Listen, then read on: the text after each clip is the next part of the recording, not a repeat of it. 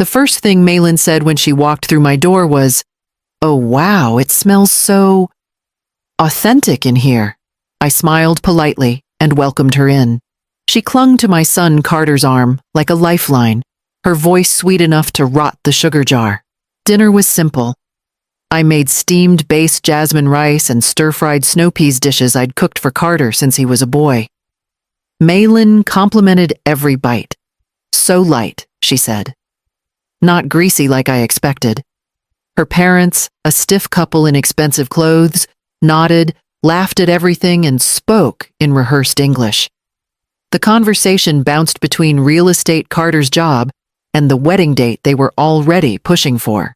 I kept the tea flowing, the rice warm, and my face calm. Until halfway through the meal when Maylene leaned slightly toward her parents and switched to Mandarin. "She has no clue," she said, eyes flicking toward me. "I mean, look at her. That pig face, those hands, how old is she? I'll marry the son. Get the visa, get out. 1 year tops. Then I'll find someone with real money." They chuckled softly. The mother dabbed her mouth with her napkin and said, "Just keep pretending to like the food. You're almost there." I didn't flinch. Just picked up the rice bowl and gently set it in front of her father. Then I cleared my throat and said, in the same fluent Mandarin I'd used in classrooms for over 3 decades, "Would you like more rice, sir? And tell your daughter I taught this language before she was even born." Every word she said I understood. Silence. The kind that makes a room shrink. Malin's face drained of color. Carter looked between us confused. I smiled again. Not the polite kind. The kind that says, "Now you know." And yet I served dessert anyway. The dishes from that night are still drying on the rack. I haven't touched them. Not because I'm sentimental, but because every time I look at that rice bowl, I hear her voice again. That pig-faced woman won't know a thing. I've been called worse. Students who didn't pass. Parents angry over grades. Colleagues who thought tenure meant power. I survived all of them with the same tools, clarity, silence, and a memory that files away everything. I taught Chinese literature at the university for 32 years. I didn't just teach language, I taught the roots of it. I could recite poetry from the Tang Dynasty, quote Confucius, and explain idioms that don't translate cleanly into English. I knew how words cut deeper when said with a smile, and that's exactly what Maylene did. She performed kindness like a well-rehearsed play, compliments on my cute little home, laughs that never reached her eyes, offering to clear plates but never actually lifting one. Carter didn't notice. He's smart, just not in this way. He's always been warm, eager to please, unwilling to believe that anyone could lie with that much ease. He thinks people like Maylene are rare. I know better. When my husband was alive, he said I was too forgiving. "You give people the benefit of the doubt," he'd say. "One day someone's going to use that against you." I used to laugh. Not because I disagreed, but because I knew the moment someone did, I'd be ready. Now, here I am. 66. Alone in the house, he built the wood, still holding the scent of linseed and thyme. My hands aren't as quick, but my instincts are sharper than ever. And Maylin, she mistook that quiet for blindness. That was her mistake. Mine was thinking she deserved the same grace I gave my students. Carter stopped by the next evening. Just him this time, no Maylin.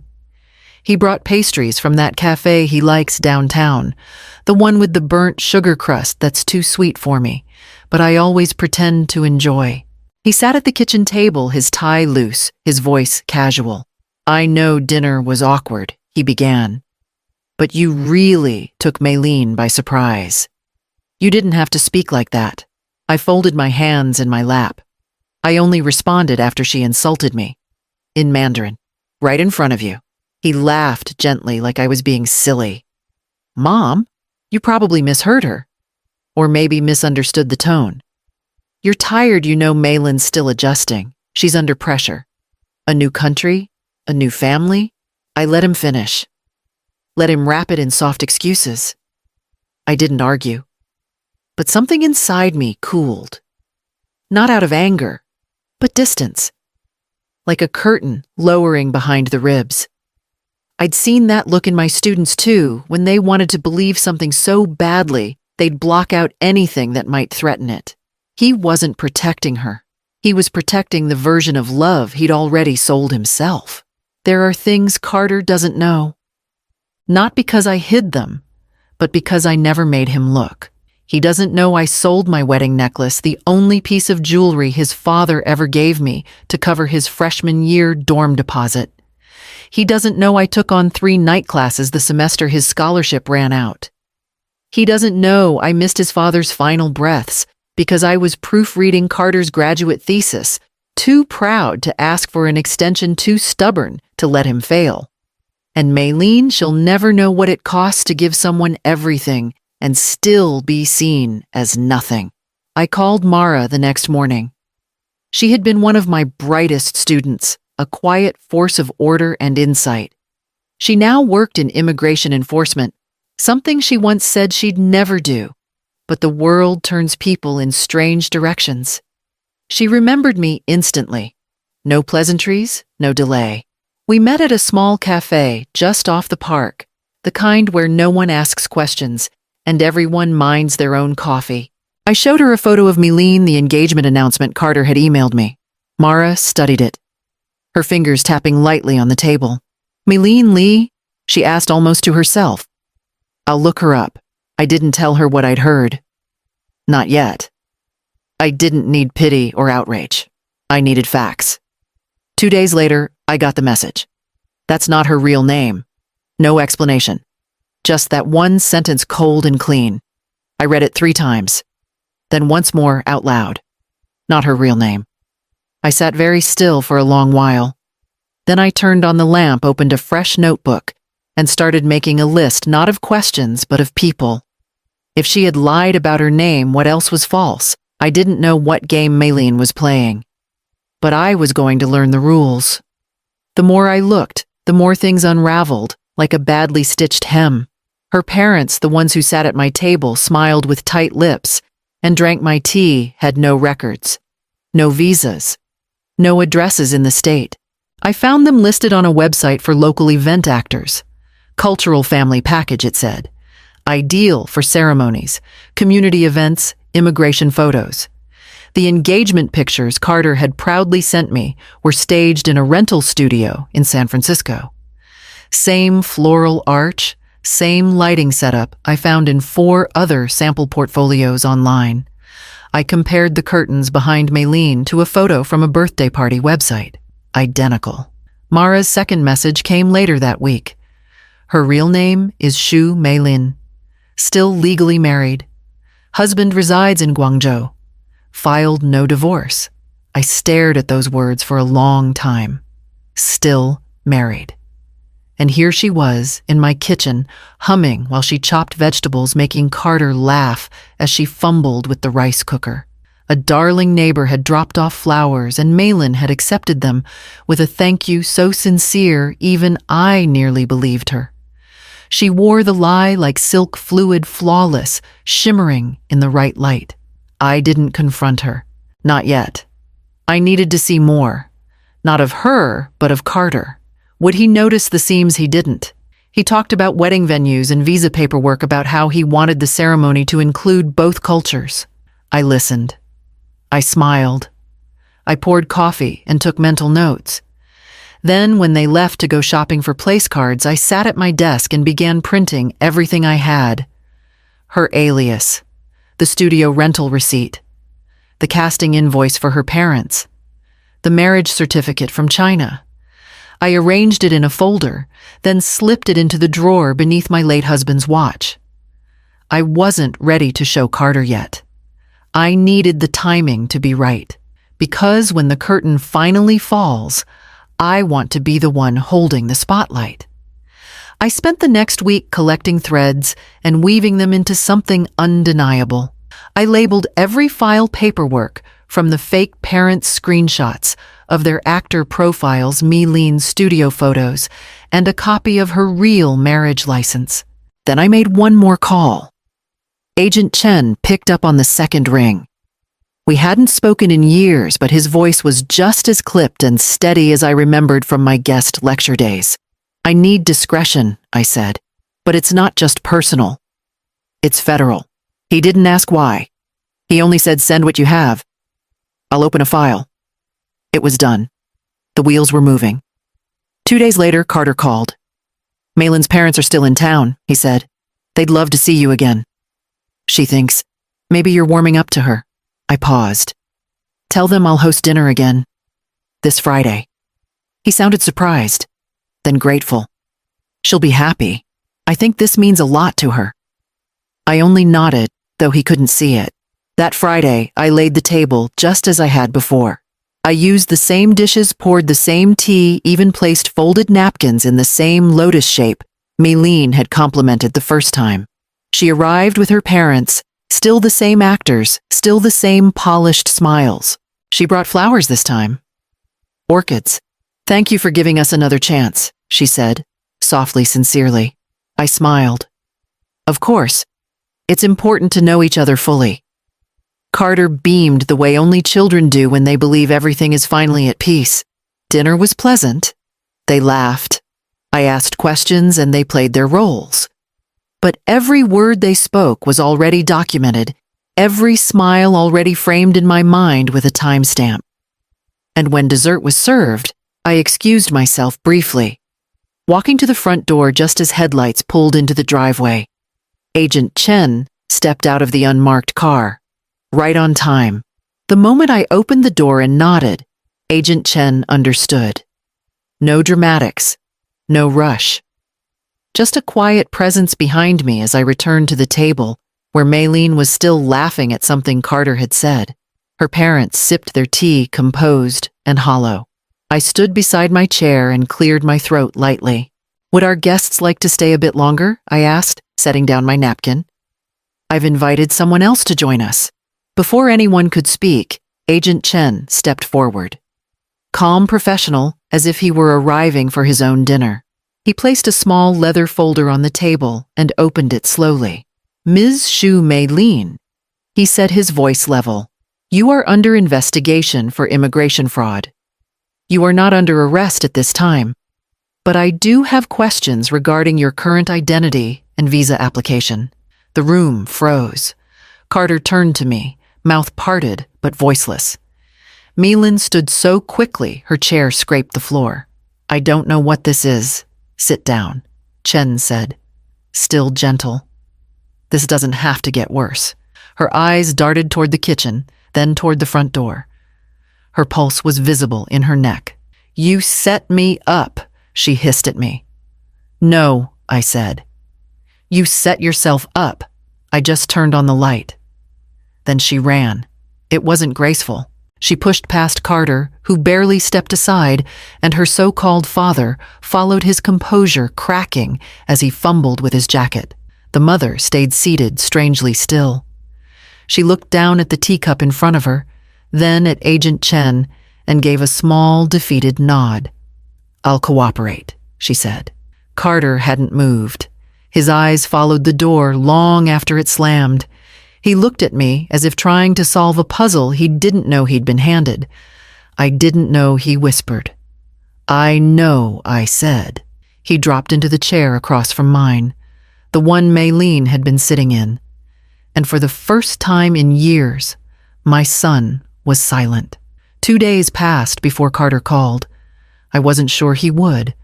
The silence between us had a weight of its own, something neither of us wanted to lift first. When the phone finally rang, it was nearly midnight. His voice was small, frayed at the edges. You could have told me sooner. I took a breath. I tried, I said. You chose not to hear. For a long time, the only sound was his breathing. Then a quiet sob, the kind he used to hide as a boy, when life first began to disappoint him. I thought you were trying to ruin what I had, he said. I didn't realize you were saving me. I know. He exhaled shakily. She's gone. They took her statement. Agent Chen called me today. She admitted everything, her marriage, the fake parents, all of it. He laughed once bitterly. I almost married a stranger. You didn't, I said. That's what matters. He didn't answer for a while. Then softer. Do you still trust me? The question hurt more than it should have. Trust isn't something you lose in one day, I said. It just bends. It takes time to straighten again. I don't deserve that time, he murmured. Then earn it. He came over the next evening. His eyes were swollen, his hands restless. He apologized more than once each time, quieter than the last. I didn't absolve him, not completely. I just poured him coffee the way I always had, and let the sound of the kettle fill the spaces we didn't have words for. He looked around the kitchen like he was seeing it for the first time. You kept everything the same, he said. Some things don't need changing, I replied. For a moment, he smiled, tired, genuine. I'll make this right, he said. I nodded, not because I believed him yet, but because belief sometimes starts there. The next morning, I found a note he'd left on the counter, folded beside an empty cup. It said, "Thank you, Mom." And for the first time since that night, I felt the house exhale.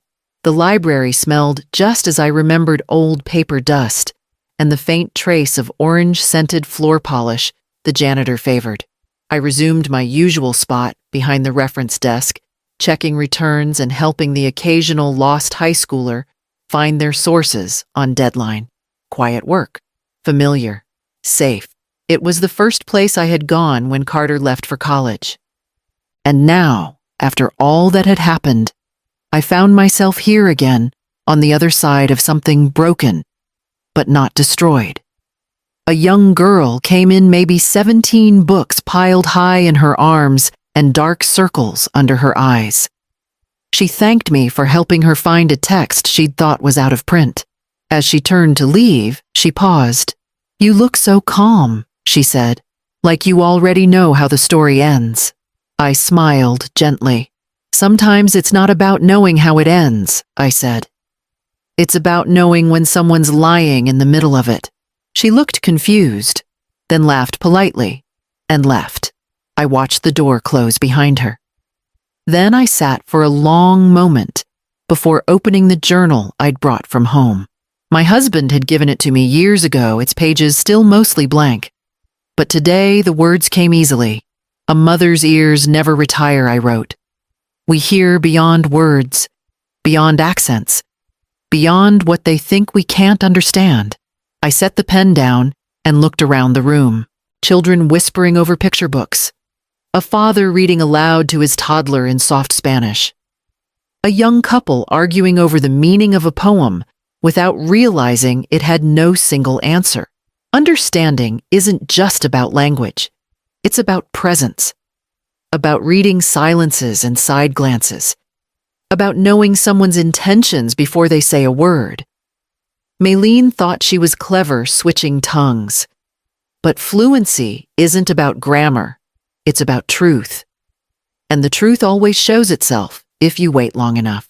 I closed the journal, tucked it into my bag, and stood to reshelve the cart. That evening, Carter knocked on the door holding 2 cups of coffee.